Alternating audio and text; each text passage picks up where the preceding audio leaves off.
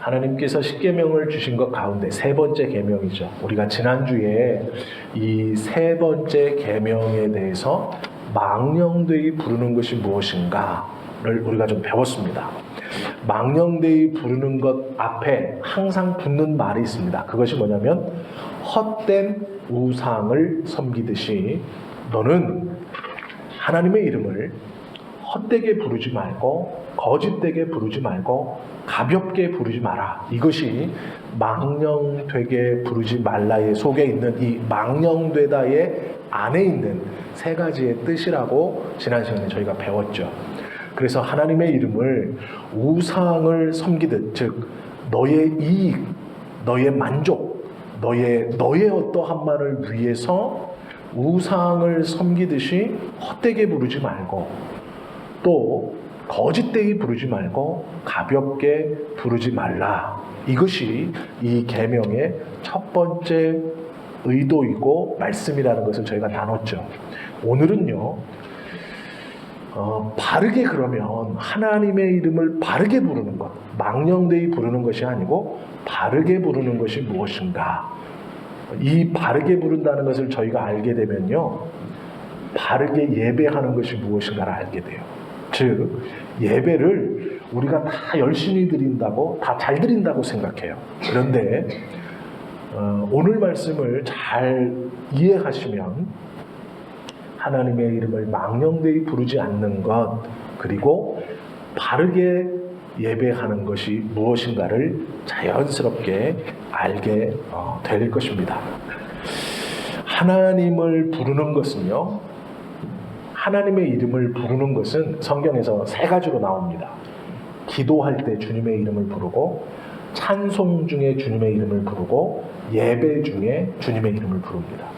성경에서 하나님의 이름을 부르는 세 가지 유형은 기도할 때이거나 찬송할 때이거나 예배할 때 하나님의 이름을 부르죠. 우리가요, 시편 4편 1절 말씀에 이런 말씀이 있습니다. 내 의의 하나님이여 내가 부를 때에 응답하소서. 이 말이 언제일까요? 내 의의 하나님, 내가 부를 때에 응답하소서. 이때의 부름은 언제 부르는 걸까요? 기도할 때 부르는 거예요. 즉 하나님을 내가 기도하는 중 부르는 겁니다. 이 뒤에 구절을 보면, 1절 이 뒤에 구절을 보면, 곤란 중에 나를 너그럽게 하셨사오니 나를 긍휼히 여기사 나의 기도를 들으소서. 이렇게 아예 정에 딱 써 있어요.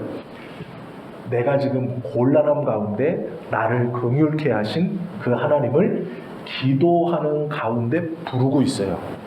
성경에 보면 하나님을 부른다라는 것은 기도 중 주님을 부르는 것을 의미합니다. 두 번째는 찬송 가운데서도 부른다라고 할 때, 즉 하나님을 내가 부릅니다라고 할 때 첫 번째 의미는 기도 중에 부른다라는 뜻이고, 두 번째 의미는 찬송 중에 부른다는 것입니다. 시편 7절 17절에 보면 이렇게 되어 있습니다. 내가 여호와의 의를 따라 감사하며 지극히 높으신 여호와의 이름을 찬양하리로다. 즉 여호와를 부르는데 이거는 기도하는 게 아니죠. 왜 부르냐면 찬양하기 위해서 부르는 거예요. 여호와의 이름을. 그리고 시편 116편 17절에 보면 내가 주께 감사제를 드리고 여호와의 이름을 부르리이다. 자, 여기서는 여호와의 이름을 왜 불러요? 감사제를 드리기 위해서, 즉 제사, 예배를 드리기 위해서 여호와의 이름을 부르는 거예요. 우리가 짧게 한 절씩 기도에 대한 한 구절, 찬양에 대한 한 구절, 예배에 대한 한 구절을 보았지만 성경은 하나님을 부른다고 할 때요, 이 세 가지 중 하나로 부르는 겁니다. 기도 중 주님의 이름을 부르거나, 찬양 중 주님의 이름을 부르거나, 예배 중 주님의 이름을 부르는 거예요. 즉 망령되이 일컫는다, 헛되고 거짓되고 가볍게 부르는 이것의 반대는 언제 부르는 것이냐? 기도할 때, 찬송할 때, 예배할 때라는 겁니다. 기도라고 해서요, 반드시 무엇인가만을 하나님께 간구하고, 즉 하나님 이것도 주시고 저것도 주십시오, 무시하는 게 아니고요. 이 기도도 하나님께 드리는 기도가 맞습니다. 우리는 작은 것에서부터 큰 것에 이르기까지 다 하나님께 구해야 돼요. 그런데 기도라고 할 때 어떠한 것을 달라고 구하는 것만 있는 게 아닙니다. 기도하는 것 중 성경에 보면 놀라운 것 중에 하나가 뭐가 있냐면요, 주님의 행하신 일을 찬송하는 기도가 있어요. 뭘 달라고 기도하는 것뿐만 아니라 하나님의 일을 찬송하기 위해서 기도하는 것, 즉 하나님의 영광을 드러내기 위해서 기도하는 것도 있습니다. 하나님, 우리 애가 이번에 취직을 해야 되는데 좋은 직장으로 인도해 주십시오 라고 기도할 수 있죠. 해야 되고요. 그러나 하나님께서 베풀어 주신 그 구원과 지금까지 내가 받은 은혜로 감사합니다, 조건이 없어요. 그냥 자기가 지금까지 하나님께서 베풀어 주신 은혜에 대한 감사로 인하여 드리는 기도예요. 즉 이렇게 무엇을 달라고 요청하는 기도뿐 아니라 하나님께서 행하신 일을 기도함으로 주님께 다시 돌려드리는 기도가 있다라는 것이죠. 시편 115편 1절에 보시면 이렇게 기도하는데요, 기도문이 이렇습니다. 여호와여, 영광을 우리에게 돌리지 마옵소서. 우리에게 돌리지 마옵소서라는 말이에요. 여호와여, 영광을 우리에게 돌리지 마옵소서. 이 무슨 말일까요? 이거를 잘 생각해 보셔야 돼요. 영광이라는 말은 왜 이런 거 있지 않습니까? 우리의 영광을 받으시는 하나님, 이런 말 있어요. 우리의 영광을 받으시옵소서, 이런 말 우리가 쓰지 않습니까? 하나님에 대해서. 하나님, 우리의 영광을 받아주세요. 이때의 영광을 잘 생각해 보셔야 돼요. 우리는 죄인입니다. 그런데 하나님께서 그리스도를 통하여 의인으로 삼아주셨어요. 그러면 우리 스스로, 죄인된 우리 스스로 영광, 즉 아무런 흠결이 없는 칭찬받을 만한 것, 그것을 만들 수 있을까요, 없을까요? 못 만드는 거예요. 이게 영광이거든요. 아무런 흠이 없는 온전히 칭찬받을 만한 것이 영광입니다. 아무런 흠이 없는, 완벽하게 칭찬받을 만한 것, 찬양받을 만한 것이 영광이에요. 분명히 우리가 알아야 되는 것은요, 영광은 우리가 만들어 하나님께 드리는 게 아닙니다. 하나님께서 베풀어 주신 것은 다시 돌려드리는 게 영광이에요. 영광은 우리가 새로 만들 수 있는 게 아니에요. 하나님이 우리에게 허락하신 거예요. 이게 무슨 얘기냐? 이해는 분명히 하신 것 같지만 성경에서요, 이걸 증언하고 있는데요, 조금 찾아봐야 되니까 요한계시록을 한번 볼게요. 요한계시록 4장 말씀을 한번 보세요. 요한계시록 4장 8절 말씀 보면 찬송에 대해서 잠시 보고 우리가 하나씩 볼게요. 요한계시록 4장 8절, 이거를 보며 그 다음 구절을 보면 이해가 좀 빨라요. 신약성경 402면 요한계시록 4장 8절 말씀 함께 읽습니다. 시작. 내 생물은 각각 6 날개를 가졌고 그 안과 주위에는 눈들이 가득하더라. 그들이 밤낮 쉬지 않고 이루기를 거룩하다 거룩하다 거룩하다 주 하나님 곧 전능하신 이여, 전에도 계셨고 이제도 계시고 장차 오실 이시라 하고 증언되어 있습니다. 자, 여기서 가만히 보시면 내 생물의 권능이 기록되어 있어요. 날개가 6이며 그 날개의 안과 밖에 눈들이 있어요. 그런데 이들이 밤낮 쉬지 않고 노래하는 게 있습니다. 그게 무엇이냐면 거룩하다, 거룩하다, 거룩하다. 3번 거룩하다고 외쳐요. 이 3번 외친다는 건 완전한 거룩함을 의미하는 겁니다. 그런데 뭐라고 외치느냐?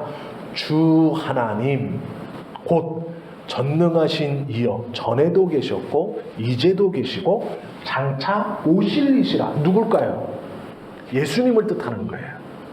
자, 그러면 이 네 생물, 날개가 6, 이 날개가 6이라는 건 천사들 중 최상위의 천사를 의미합니다.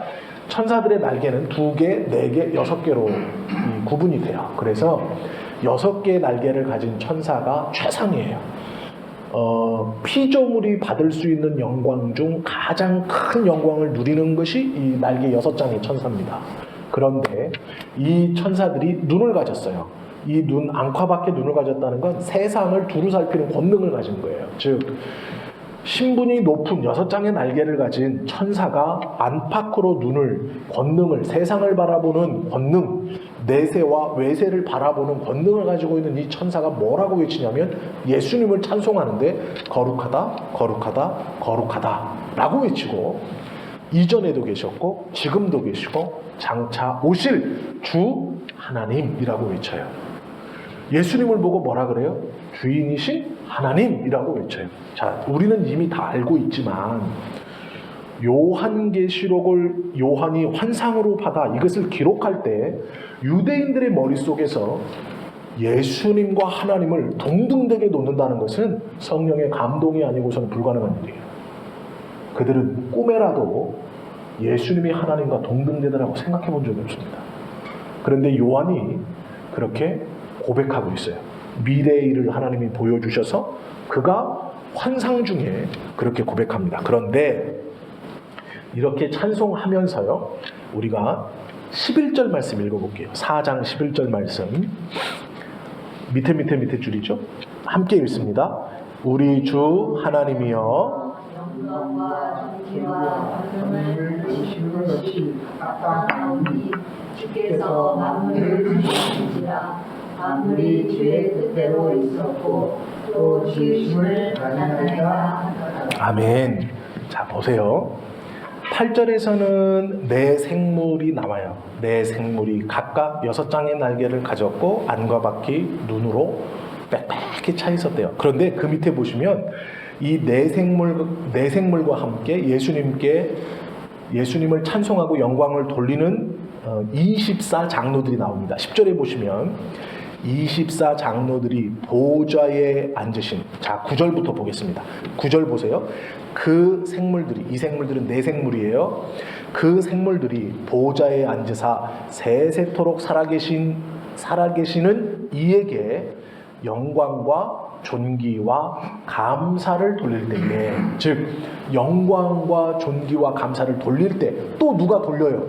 네 생물이 그렇게 영광과 존귀와 감사를 돌리는데, 그 감사를 돌리고 있을 때 24장로들이 어떻게 행동하냐면 보좌에 앉으신 이 앞에 엎드려 세세토록 살아계시는 이에게 경배하고, 그 뒤에 뭐라고 써 있습니까? 자기의 뭘 드려요? 관을 보좌 앞에 드리며 이르되 우리 주 하나님이여 영광과 존귀와 권능을 받으시는 것이 합당합니다. 이렇게 말해요. 이게 뭐냐면 네 생물이 예수 그리스도에게 영광을 돌리고 있어요. 그리고 24장로가 그 뒤에 이어서 예수님께, 보좌에 앉으신 예수님께 영광을 돌리는데요. 뭘 드렸다 그래요? 자기가 쓰고 있던 관을 드렸대요. 자, 24장로가 쓰고 있는 그 관은 누가 주신 걸까요? 하나님이 주신 거예요. 이 관은 무엇을 상징할까요? 영광을 상징하는 거예요. 관을 쓴다는 것은 왕이라는 뜻입니다. 이 관을 썼다는 것은 영광을 뜻하는 거예요. 그러면 하나님께서 주셔서 영광스럽게 하는 그 표인 관을 다시 예수님께 벗어서 그 발 앞에 놓고 누구에게 영광을 돌리는 거예요? 예수님께 영광을 돌리는 거예요. 영광과 존귀와 감사. 왜 제가 이 말씀을, 계시록의 말씀을 제가 잘 하지 않는데 왜 이 말씀을 설명을 드리냐면, 우리가 바르게 하나님을 예배하는 방법 중 첫 번째는 하나님이 우리에게 베풀어 주신 영광을 다시 하나님께 돌려드린다는 거예요. 영광이라는 것을 우리 인간들이 새롭게 만들어서 우리의 영광을 받으시옵소서라고 말할 때에 그 우리의 영광은 내 안에서 뭔가 만들어내고 내가 착한 행실로 나의 선행으로 새로운 영광을 만들어서 하나님께 드리는 게 아니에요. 이미 하나님이 당신의 자녀로 거룩하게 예수 그리스도 안에서 베풀어 주신 그 은혜의 영광, 영원한 생명의 그 영광을, 구원받은 자의 영광을 하나님께 다시 돌리는 거예요. 누구처럼요? 24 장로들이 관을 벗어놓고 예수님께 존귀와 영광과 감사를 돌리는 것 같이 같은 것이에요. 즉 그러기에 예배는요, 우리가 새롭게 무엇인가를 만들어서 하나님께 영광을 돌리는 행위는 없습니다. 만들 수 없어요. 우리는 죄인들이기 때문에. 그러면 하나님이 베풀어 주신 것으로 다시 하나님께 돌려드려야 돼요. 죄인들인 우리가 받은 은혜 중 가장 영광스러운 게 뭘까요? 구원입니다. 이건 다른 것과 비교할 수 없어요. 우리가 받은 것 중 가장 귀하고 복된 것은 구원이에요. 그것보다 더 귀한 것은 없습니다. 예배는 무엇이냐면요, 그 구원을 다시 하나님께 돌려드리는 거예요. 우리가 받은 그 구원의 영광을 하나님 앞에 내어놓는 거예요. 가장 귀한 것. 이걸 이해하셔야 돼요. 전 재산을 다 팔아가지고 바리바리 싸들고 와서 교회에서 내가 헌금을 탁 하고 예배를 드려요. 전 재산 다 파는 거 귀하죠. 그러나 그거보다 더 귀한 게 뭐라고요? 우리가 받은 구원이라고요. 그러니까 이 구원을 다시 내어드리는 거예요. 이 내어드림은 흡사 무엇과 똑같냐면 아브라함이 이삭을 잡으려고 칼을 들었을 때와 똑같은 거예요. 이게 이해가 되시죠? 우리가 무슨 물질을 드림도 참 감사한 일이고, 헌신과 봉사와 시간과 땀을 하나님 앞에 드림도 너무 감사하고 귀한 일이에요. 그런데 진짜로 우리가 가장 귀하게 여겨야 되고 우리가 정말로 하나님께 드릴 수 있는 최상의 것은 뭐냐면 받은 구원이에요. 그 구원의 영광을 다시 하나님께 내어드리는 거예요. 이 말이 무슨 말이냐? 우리에게서 구원이, 생각해 보십시오. 우리에게서 구원이 떠나가요. 우리에게 구원이 떠나가는 거예요. 그러면 우리는 어떤 사람이 돼요? 아무것도 아닌 거죠. 먼지와 같고 죄의 종로로 타게 되고 다시 그 사망의 권세에 눌려서 비참함으로 돌아가는 거예요. 그런데 그렇게 포기할 수 없는 그 구원의 영광을 하나님께 돌려드리는 것이 예배예요. 다시 그분께 돌려드리는 것. 예배는 뭐냐? 저는 무익합니다. 나의 하나님이 베풀어 주신 선물 중 가장 귀한 구원을 다시 주님께 돌려드립니다라는 거예요. 포기할 수 없는 것을 포기하고 내어놓을 수 없는 것을 내어놓고 하나님 앞에 이 구원을 드립니다라는 것. 나는 다시 상상하기도 싫은 그 죄인의 모습, 껍데기의 모습, 죽은 자의 모습, 그 모습으로 돌아갈지라도 받은 은혜가 너무 커. 즉, 내 스스로 무엇인가 영광을 새롭게 만들어 주님께 돌려드릴 수 없다는 것을 인정하고 하나님이 나에게 베풀어 주신 가장 큰 영광을 드리는 것. 그것이 예배입니다. 이렇게 예배 드리는 자가 하나님이 말세에 찾으시는 자예요. 이렇게 예배하는 자를 찾고 있다라고 말씀하시는 거예요. 그러기에 예수님이 내가 그 자를 보겠느냐라는 거예요. 돈은 드릴 수 있고 시간은 드릴 수 있어요. 우리의 어떠함을 드릴 수는 있어요. 그러나 구원의 기쁨, 이 구원을 하나님께 그 영광을 돌려드릴 만한 자가 있겠느냐라는 거예요. 장로들이요, 관을 받았습니다. 이건 영광이에요. 왕이에요. 그 관을 벗어서 드린다는 건 다시 나는 24 장로의 보좌에 앉지 않는다는 얘기예요. 이해가 되세요? 24 장로가 왜 24 장로예요? 그 관 때문에 24 장로인 겁니다. 그러기에 그들이 내 생물 뒤에 나오는 거예요. 다른 게 아니에요. 관 때문입니다. 영광 때문이에요. 그거를 내어놓는 거예요. 이건 무슨 얘기예요? 저는 예전으로 보잘것없는 아무것도 아닌 24장로라는 이름 바깥으로 나가겠습니다라고 말하는 거예요. 하나님이 주신 영광을 주님께 돌려드리겠습니다라고 내어놓는 거예요. 이게 예배입니다. 자, 그러면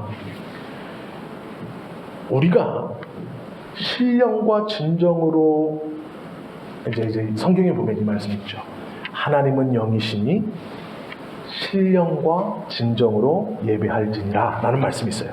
그러면 여기서 이제 우리가 오해하는 게 있습니다. 하나님은 영이시니라고 할 때 이 말의 번역이 원래는 하나님은 영이시니라고 번역하면 안 되는 말입니다. 우리 성경에 영이시니라고 번역돼 영이라는 말도 맞아요.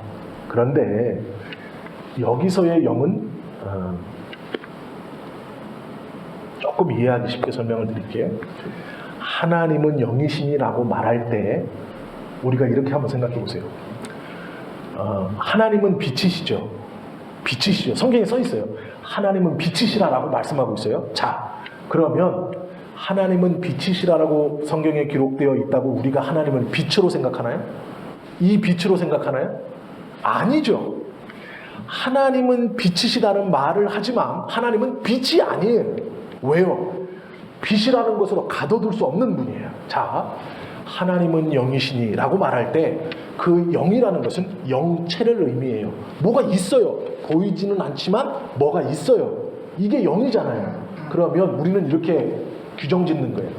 하나님은 영이시니, 즉 내 눈에는 안 보이지만 뭐가 있어. 흐릿하게 있어가지고 이게 있는 거야. 귀신 돌아다니듯이 하나님이 영이니까 영체로 있는 거예요. 지금 눈에는 안 보이지만 하나님은 영이시라는 말이 하나님을 그 영체 안에 규정짓는 좋지 않은 번역입니다. 그럼 이걸 어떻게 번역하는 게 맞느냐? 하나님은 신이시니라고 번역하는 게 맞아요. 하나님은 신이시니. 이 말이 무슨 얘기냐? 하나님은 피조물이 아니고 창조자이시니라는 뜻이에요.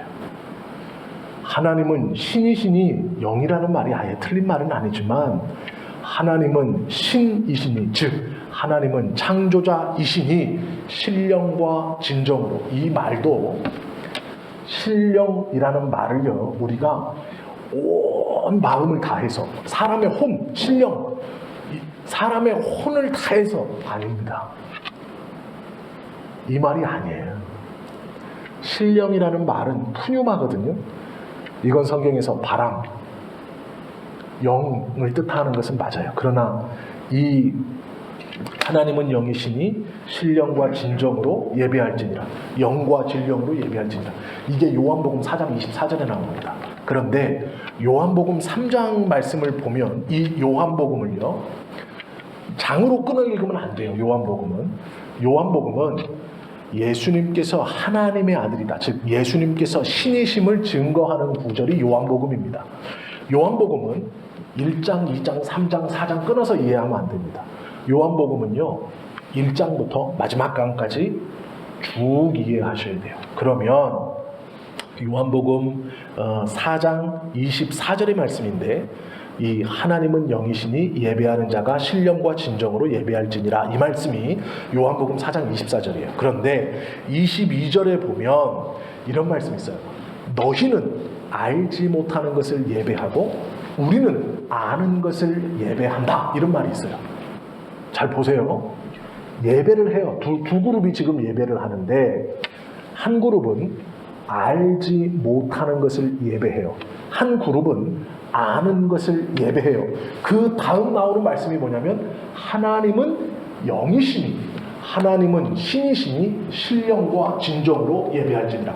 아는 것을 예배하는 자들에게 하시는 말씀이죠. 자, 이단들도요, 이방신을 섬기는 우상 숭배하는 사람들도요 진정으로 예배합니다. 그 사람들 예배 가볍게 여기지 않아요. 우리는 뭐 하나님 앞에 정신 바짝 차리고 예배할 때 막 찬양도 뜨겁게 하고 기도도 막 하고 하면 이게 신령과 진정이라고 생각하는 분도 계시고, 점잖게 가만히 앉아서 자세를 흐트러뜨리지 않고 정자세로 처음부터 끝까지 이걸 신령과 진정으로 예배한다고 생각하는 분도 있어요. 불교에 가도 그런 사람이 있고요. 이단에 가도 그런 사람이 있고요. 이방 종교에 가도 그런 사람이 있어요. 더 열심히 예배합니다. 어쩌면 우리보다 그들이 더 헌신적으로 예배해요. 그런데 그들은 알지 못하는 것을 예배하는 거예요. 우리는 아는 것을 예배하는 거예요. 그러면 뭘 아냐가 중요하죠. 뭘 아냐. 여기서 뭘 아냐가 하나님은 신이라는 것, 즉 하나님은 피조물이 아니라 창조주이심을 아는 것이 첫 번째고, 두 번째는 신령이 사람의 영혼이 아니고 성령님이에요. 성령님이에요. 성령님의 인도함대로 진정, 즉 이거죠. 모든 예배자는 다 진정이 있어요. 모든 예배자는 다 진심으로 예배드립니다. 하나님의 교회 가면 그 성도들은 가짜로 예배드리나요? 아니에요. 진정으로 예배드립니다.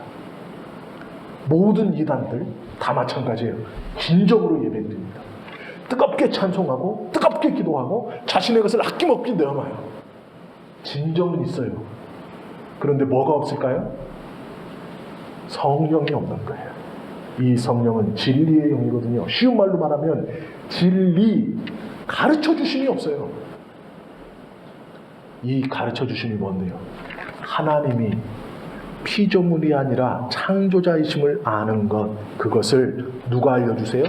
성령이 알려주시는 것을 우리는 알고 진정으로 예배하는 거예요. 즉 예배는 우리의 영광으로 주님께 돌려드리는 것이 아니고 하나님이 베풀어 주신 영광을 다시 하나님께 돌려드리는데, 그 하나님은 피조물이 아니고 창조자이시며 그 놀라운 지혜를, 그 진리를 성령이 깨닫게 해주시는 것 안에서 우리가 진정으로 예배하는 거예요.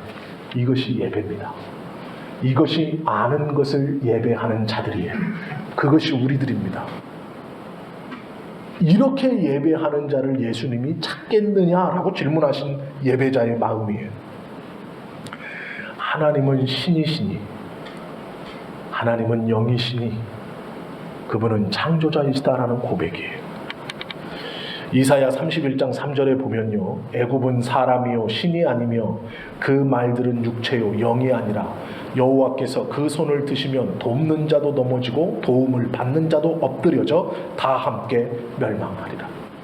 이것이 무엇이 신인지, 즉 창조자와 피조물을 구별하지 못하고 예배드리는 자들의 최후입니다.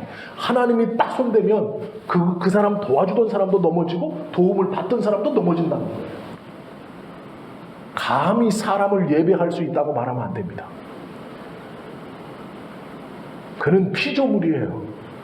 자기가 다른 사람보다 윤리적으로 탁월할 수 있고 신비한 능력이 있을 수 있고 사람을 혹하게 할 수 있을지 모르지만 그 사람을 예배할 수는 없어요. 왜요? 그는 피조물이기 때문에 그래요. 사람은 창조자가 될 수 없습니다. 그러기에 진리의 성령을, 그 성령의 진리를 쫓아 진정으로 예배하는 자는 절대로 사람에게 예배할 수 없어요. 아니요, 피조물에게 예배할 수 없어요. 이 말은 천사들에게도 예배할 수 없어요. 피조물이기 때문에 그렇습니다. 오직 경배와 예배와 존귀와 영광을 받으실 분은 창조자이신 거예요. 하나님은 신이시니 그 신이신 하나님만 받으실 수 있는 거예요. 그 하나님이 신이라는 사실을, 창조자이시라는 사실을 누가 깨달으시느냐? 성령이 진리로. 이것이 신령입니다.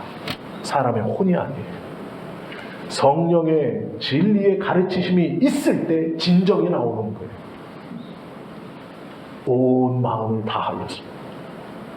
이것이 하나님이 받으시는 바른 예배다라는 것이죠. 성령과 진리로 하나님께 예배함. 3계명은 예배에 대해서 말씀하시는 겁니다. 망령되이 일컫지 말라. 반대는 망령되지 않게 하나님의 이름을 부르는 것이죠. 하나님의 이름을 부르는 것은 성경에서 세 가지라고 말씀드렸어요. 기도할 때, 찬송할 때, 예배할 때. 이때 하나님의 이름을 부르죠. 그리고 온전히 불렀다는 것.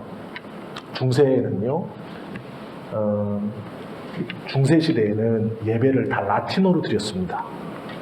독일에서도 라틴어로 드리고 영국에서도 라틴어로 드리고 미국에서도 라틴어로 드리고 프랑스에서도 라틴어로 드렸어요. 전 세계의 구교 모든 교회들이 다 라틴어로 드렸어요. 그때 하나님의 은혜가 있었을까요? 없었을까요? 그때 나름대로 있었겠죠. 그때도 예수 믿는 사람들이 있었으니까요. 자, 그런데 생각을 한번 해보세요. 진정한 예배였는지 아니었는지 제가 지금 그때 예배의 풍경을 설명을 드릴게요. 머릿속으로 한번 그려보세요. 예배당에 문을 딱 열고 들어가면요, 자연광이 햇빛이 자연의 햇빛광이 예배당 안으로 쫙 들어옵니다. 그러면 창문에 스테인드 글라스로 예수님의 생애가 알록달록하게 그 그림에 창문에 쫙 붙어 있어요. 그 붙어 있는 것 사이로 빨간불, 초록불, 파란불이 햇빛이 쫙 들어옵니다. 군데군데 초가 켜 있고 성인들의 모습이 초상화로 벽에 쫙 둘러져 있습니다. 예배의 단상은 높고 고딕체로 지은 건물, 천정이 높고 폭이 좁습니다. 그리고 성가대는 2층에서 자리 잡고 있습니다. 자, 2층에서 찬양이 울립니다. 라틴어로 못 알아들어요. 찬양이 공중을 때려서 바닥으로 내려 꽂히는 거죠. 그렇기 때문에 이 고딕 예배당에 가면, 중세 예배당에 가면 2층에서 울려 퍼져서 천정을 때려서 바닥으로 내려온 이 찬송, 알아듣지도 못하는 찬송, 이 웅장한 찬송이 울려 퍼질 때 흡사 이 찬송은 하늘에서 들려오는 찬송처럼 느꼈을 거예요. 그들에게 스테인드 글라스를 통해서 알록달록한 햇빛이 비치고 성인들의 초상화가 걸려있고 2층에서 알아듣지는 못하지만 찬송 소리가 바닥으로 꽂힐 때 그들은요, 천상의 예배가 이렇다라고 생각했어요. 놀라운 은혜들을 다 경험했습니다. 그런데 문제는 뭐냐면 못 알아들어요. 이건요, 사람의 감정을 고조시키고 내가 신을 체험했다라고 말할 수는 있지만 예배는 아닙니다. 왜 아닐까요? 예배는 복음이 선언돼야 돼요. 복음이 선언돼야 됩니다. 하나님의 말씀이 선언되지 않고, 즉 못 알아듣는 것은 예배가 아니에요. 하나님의 말씀이 선언되고 그 말씀을 성령께서 깨닫게 해주셔서 우리의 영혼이 반응해서 이 큰 은혜를 받았으니 어떻게 할까? 내가 이 예배 가운데 하나님의 은혜를 회복하고 나니 도대체 이것을 어떻게 할까라는 마음이 일어났을 때, 성령께서 그 마음을 인도해 주셨을 때 바른 말씀이 선포되고 그 말씀에 대한 반응을 일으켰을 때 하나님 앞에, 주님, 나에게 있는 가장 큰 은혜인 영광인 구원을 당신께 다시 돌려드립니다. 이게 바른 예배입니다.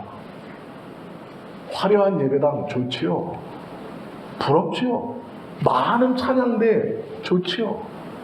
못 알아들어요. 복음이 선포되지 않아요. 하나님의 말씀을 등한시하고 둘이 둘러앉아서 대담하듯이 어떤 교회는 간증을 들어요. 예배 시간에. 예배라고 붙여놓고 영화를 보면 안 돼요. 제가 그래서 세미나라고 하잖아요. 예배라고 안 씁니다. 세미나라고 부르잖아요.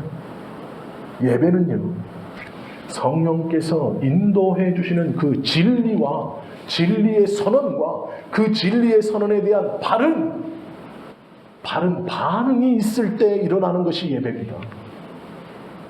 앉아서 습관처럼 찬송가 부르고 순서가 됐으니 앉았다 일어났다, 이건 예배가 아니에요.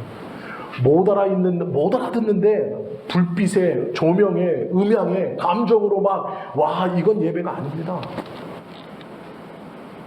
주님의 말씀이 선포되고 그 말씀에 대한 반응이 일어나서 어찌할꼬 내게 있는 것이 무엇인가, 주님께 드릴 수 있는 내게 있는 것 중 가장 큰 것이 무엇인가, 하나님 구원의 영광을 다시 주님께 드리고 나는 보잘것없는 자리로 다시 돌아갈지라도 감사합니다.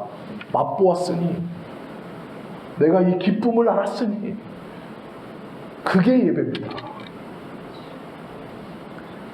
이렇게 예배하는 성도가 몇이 있냐는 거예요. 교회 와서 서로 얼굴 붉히고 하나님께 집중하지 못하고 서로 간에 저 사람이 어쩌고 우리가 어쩌고, 과연 우리가 진짜 예배를 얼마나 드리고 있는가? 정말로 공허하게 하나님에 대해서 얼마나 집중하고 있는가? 십계명 3번째 망령되이 걷지 말라는 바른 예배가 무엇인가에 대해서 우리에게 가르쳐주고 있는 귀한 말씀이죠. 조금 어려운데요. 히브리서 2장 한번 보십시오. 이 말씀만 드리고 마치겠습니다. 조금 이해하시기 어려울 수 있지만 히브리서 2장 11절 12절 말씀 한번 보십시오. 히브리서 2장 11절 12절 신약성경 354면입니다. 히브리서 2장 11절 12절 말씀 함께 합독 드립니다. 거룩하게 하시는 이와 거룩하게 함을 입은 자들이 다 한 근원에서 난지라. 그러므로 형제라 부르시기를 부끄러워하지 아니하시고 이르시되 내가 주의 이름을 내 형제들에게 선포하고 내가 주를 교회 중에서 찬송하리라 하셨으며, 이 말씀이 어떤 말씀이냐면요, 놀랍게도 예수 그리스도가 예배를 인도해 주신다는 말씀이에요. 이 말씀이 어떤 말씀이냐면 이런 뜻입니다. 해석하면 거룩하게 하시는 이는 누굴까요? 예수님이시죠. 거룩함을 입은 자들은 누굴까요? 우리들이에요. 그런데 거룩하게 하시는 이인 예수님과 거룩함을 입는 우리가 누구에게서 나왔대요? 다 한 하나님에게서 나왔대요. 그러므로 예수님이 내가 거룩하게 하시는 이가 거룩하게 하심을 받는 우리들을 한 하나님에게서 나도 나왔고 너도 나왔으니 우리는 형제다라고 부르신다는 거예요. 거룩하게 하시는 이가 거룩하게 하심을 받는 우리들에게 뭐라고 말씀하시냐면 우리는 한 하나님에게서 나왔으니 형제다라고 부르신대요. 그분은 거룩하게 하시는 이이고 우리는 거룩하게 하심을 받는 자들이에요. 비교할 수 없는데 예수님께서 뭐라 그러시냐면 한 하나님에게서 우리가 함께 나왔으니 우리는 형제라 이렇게 말해요. 이것도 은혜인데요, 우리가 드려지는 예배에서 뭐라 그러냐면 내가 주의 이름을 내 형제들에게 선포하고 내가 주를 교회 중에서 찬송하리라. 무슨 말이냐면 예수님께서 예배를 인도해 주신다는 거예요. 복음을 선언하고 교회 중에 하나님을 찬양하게 누가 할 거라고요? 내가 할 거라는 거예요. 예배의 인도를 그리스도가 친히 이끌어 주신다라는 말입니다. 이 히브리서 2장 11절 12절 말씀입니다. 이 말씀은 정말 죄송하지만 신앙적 수준이 안 되면 이해를 못하는 말이에요. 예수님이 예배를 인도해 주세요? 아닌 것 같아요. 그런 거는 들어보질 못했는데요. 그런 건 경험해 보질 못했는데요. 왜 경험하지 못해봤을까요? 왜 들어보지 못해봤을까요? 성령의 진리 안에 신령과 진정으로 예배하지 못해봤기 때문이에요. 예수님께서 예배를 인도해 주신다는 것을 경험하지 못하고 예수님께서 우리 가운데 하나님 앞에 지금 예수님 스스로 영광을 돌린다는 것, 이 경험을 못해봤다는 것은요, 내 안에 있는 가장 큰 영광인 구원을 하나님께 돌려드리는 게 뭔지 모르기 때문에 그런 거예요. 이 히브리서 2장 11절 12절 말씀은 소화가 좀 어려워요. 즉 이게 이해가 조금 어려운 말씀입니다. 예수님께서 우리를 한 형제라 부르심이 은혜로 다가오지만 그 뒤에 내가 친히 교회 중에 일어나는 예배를 하나님 앞에 인도한다라는 이 말씀은 받기가 참 힘들어요. 경험해보지 못했기 때문에 그렇습니다. 그러나 우리가 하나님이 신이심을 알고 성령께서 베풀어 주시는 진리 안에 진정으로 예배를 드리는 자, 그 예배가 우리 안에 있다면 우리의 예배는 단순히 우리가 모여서 드리는 게 아니고 예수 그리스도께서 하나님 앞에 이끌어 가시고 복음을 선언해 주시고 그 복음에 합당한 반응을 성령이 일으켜 주시고 그리하여 우리의 예배가 예수 그리스도를 필두로 성령의 이끄심을 따라 우리가 함께 하늘로 드려지고 있다는 것을 알게 되는 거예요. 이 경험이 우리 안에 있어야 합니다. 이 신령과 진정으로 드려지는 예배의 경험이 우리에게 있어야 됩니다. 그것을 사모하셔야 되고 우리의 예배는 단순히 우리가 모여서 그냥 우리가 찬송 부르고 우리가 감사하고 내 마음의 진심으로 하나님 앞에 나아가면 되겠지 아닙니다. 예수님께서 가장 앞서 하나님 앞에 영광을 돌리고 있는 것이 우리의 예배예요. 그 예수님이 선두에 계시고 성령님이 우리를 이끌어 그 뒤에서 우리가 주님 앞에 온전히 예배할 수 있도록 우리의 마음을 붙들고 계시고 우리는 이 성자와 성령과 한 형제로 부르심을 받아 하나의 묶음으로 하나님께 영광을 돌리고 있는 것이 예배입니다. 그러기에 예배가 얼마나 귀한 것인 줄 우리는 알고 있죠. 예배를 드릴 수 있다는 은혜가 어떠한 것인지를 분명히 알아야 돼요. 우리가 함께 모여 예배함이 하나님의 은혜입니다. 우리가 함께 모여 예배한다는 것이 그리스도와 지금 나와 함께 있다는 증거입니다. 우리가 함께 모여 예배한다는 것이 성령이 내 영혼을 붙들고 계신다는 확실한 증거예요. 성령 충만을 주옵소서. 예배 드리고 있으면요 이미 성령이 우리의 마음을 주장하고 계신 겁니다. 다른 성령 충만, 병 고치는 성령 충만이잖아요. 부자 되게 하는 성령 충만이잖아요. 나 세상에서 잘 풀리게 하는 성령 충만이잖아요. 그 성령 충만은 우리가 구하는 성령 충만은 나를 위해서 구하는 것이잖아요. 너는 너를 위하여 새긴 우상을 만들지 말고 그것들에게 절하지 말라. 너를 위하여. 하나님 성령 충만 주십시오. 누구를 위해서인데요? 결국 나를 위해서잖아요. 그건 예배도 아니고 성령 충만도 아니에요.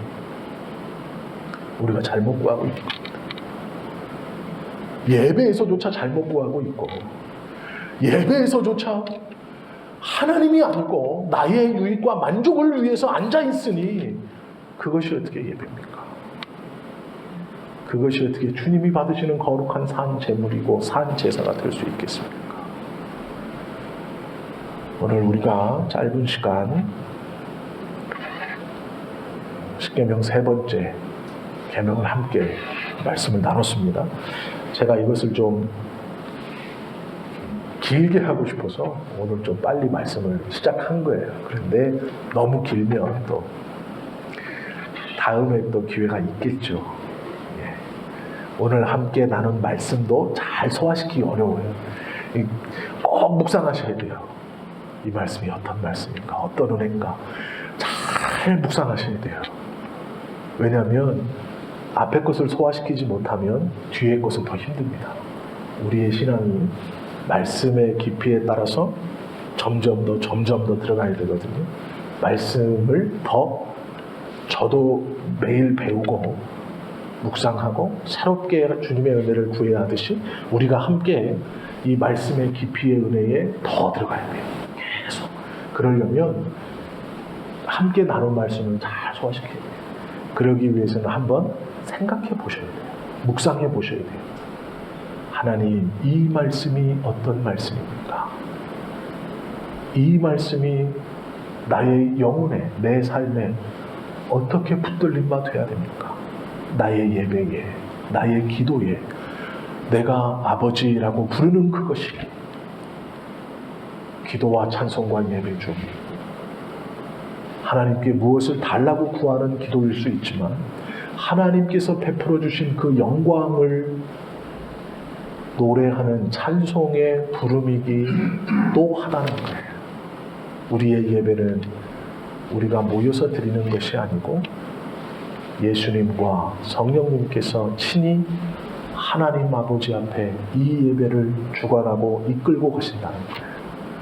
그러기에 사모해야 하고 그러기에 예배에 들어온 자는 가장 복된 복을 받아 누리는 자입니다.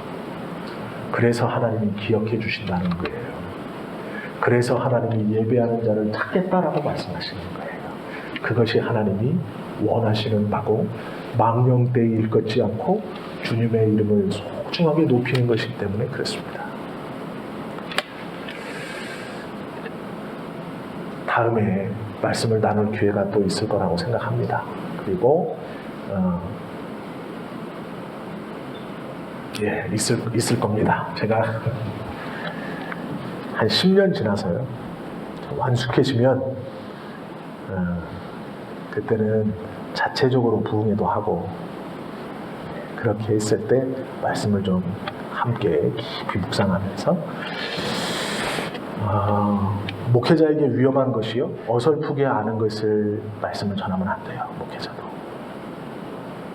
어설프게 아는 것을 자신이 다 소화하기 전에 무엇인가 배웠다고 말씀을 전하면 안 됩니다. 이것은 하나님의 말씀이고 영혼에 관한 것이기에 자신의 안에서 소화가 다 되고 또한 성도님들도 그것을 충분히 하나님의 은혜로 감당하실 수 있을 때 우리가 함께 나누는 것이죠. 저도 아직 준비가 덜 됐고 제가 우선 준비가 되면 더 깊게 말씀을 나누려고 합니다. 오늘 우리가 함께 나눈 말씀도 쉽지 않아요. 그러기에 다음 주 중에 유튜브에 들어가셔서 오늘 말씀을 다시 한번 들어보세요. 제가 올려놓을 테니까요. 들어보시면 또 함께 나눌 수 있어요. 그래서 묵상하시고 성경 구절도 하나하나 찾아서 읽으면서 보시면 들으시면 이해가 더 되실 거라고 생각합니다. 기도하시겠습니다.